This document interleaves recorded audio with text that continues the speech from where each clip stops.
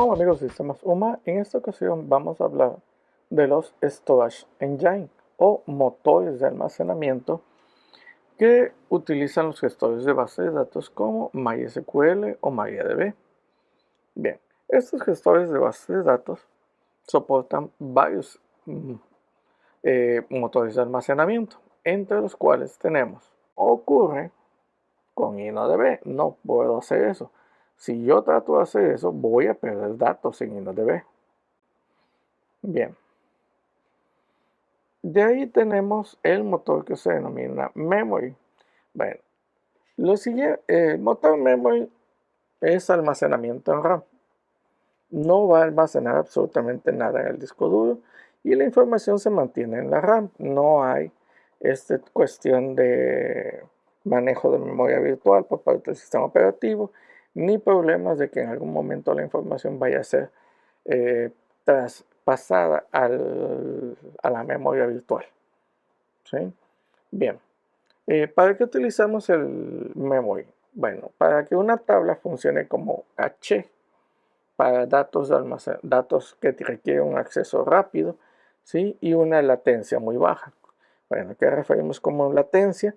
La latencia es el tiempo de espera entre una operación y otra, o entre que solicito la operación y recibo el resultado. Entonces cuando se refiere a una baja latencia, se refiere a ese proceso.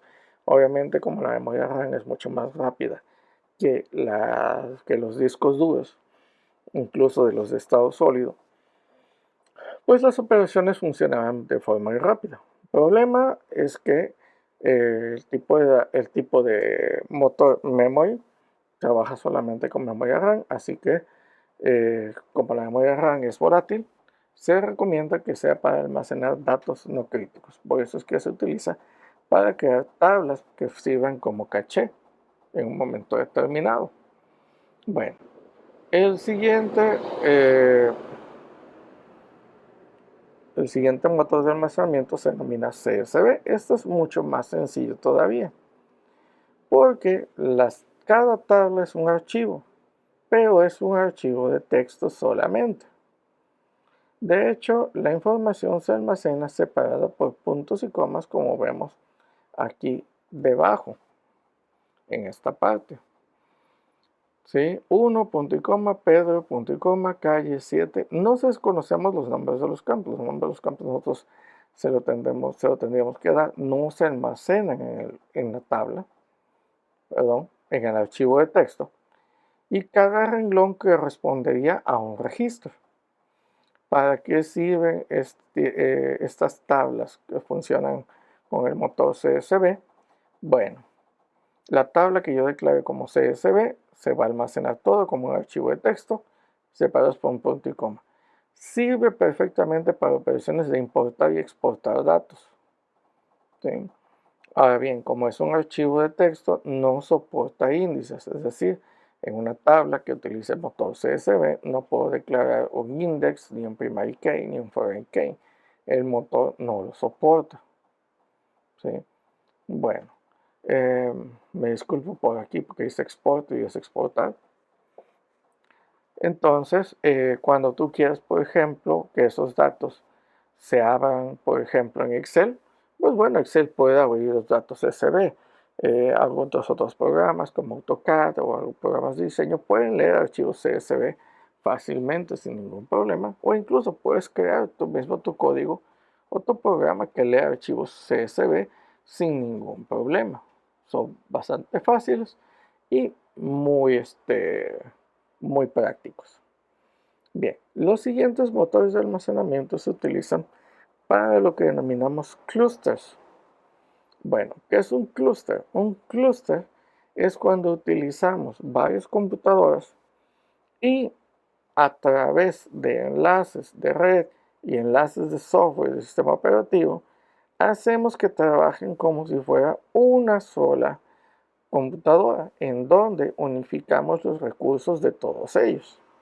Bien, el motor Black Hole es un motor para clúster. Bueno, el motor soporta operaciones de entrada. Yo puedo mandar a hacer un insert de un registro pero no los va a almacenar. Lo que va a hacer es que simplemente los va a ignorar. Bueno, ¿y cuál función tendría esto? Porque si no tiene nada, obviamente, cada que yo haga una consulta select, me va a regresar un resultado vacío. ¿Por qué? Porque obviamente no almacena datos. Bueno, el motor Blackhole soporta o es utilizado para un modelo Master Multi-Slave. Es decir, en el clúster yo tengo un servidor maestro. Ese servidor maestro, en un momento determinado, ¿sí?,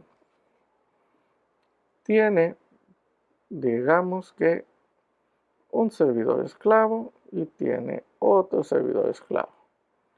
Las operaciones que yo haga aquí no se van a almacenar, sino que los servidores esclavos lo que van a hacer es replicar la información que está aquí en el maestro. Entonces, para no gastar tiempo en hacer operación de escritura aquí, simplemente se manda la operación. Como la operación de todas formas va a estar registrada en el log o la bitácora del servidor, ese log o bitácora es sincronizado en los esclavos, de tal forma que si yo hago un insert a una tabla aquí, se replica en estos dos. Como la tabla aquí no almacena nada, se replica la información en estos. Digamos que esta es la gerencia general, estas son las sucursales. Puedo hacer las operaciones aquí o puedo mandar a hacer que las operaciones se realicen aquí en el maestro, pero las sucursales reciben todas sus operaciones. ¿Sí? Bien, entonces funciona bajo este modelo. Incluso si utilizamos en un clúster, todos los esclavos, en este caso, funcionarán y replicarán la información. Si falla este de aquí, la información está disponible aquí. Si falla este de aquí, la información todavía está disponible en este de aquí. Es un motor para garantizar la seguridad cuando trabajamos para garantizar el respaldo de información en un entorno distribuido. Bueno, el siguiente modelo se denomina Federated, o bases de tablas en sí federadas se le denomina. Bueno, este se utiliza para consultas remotas. ¿Cómo funciona? Bueno, digamos que yo tengo un servidor. Las tablas que yo almaceno aquí, voy a llamarle que se llama tabla local. Tengo otro servidor acá y tiene mi tabla remota. Es decir, yo hago las operaciones aquí, pero el servidor que almacena está acá. Bien, la tabla local, ¿sí?, enlaza a la tabla remota.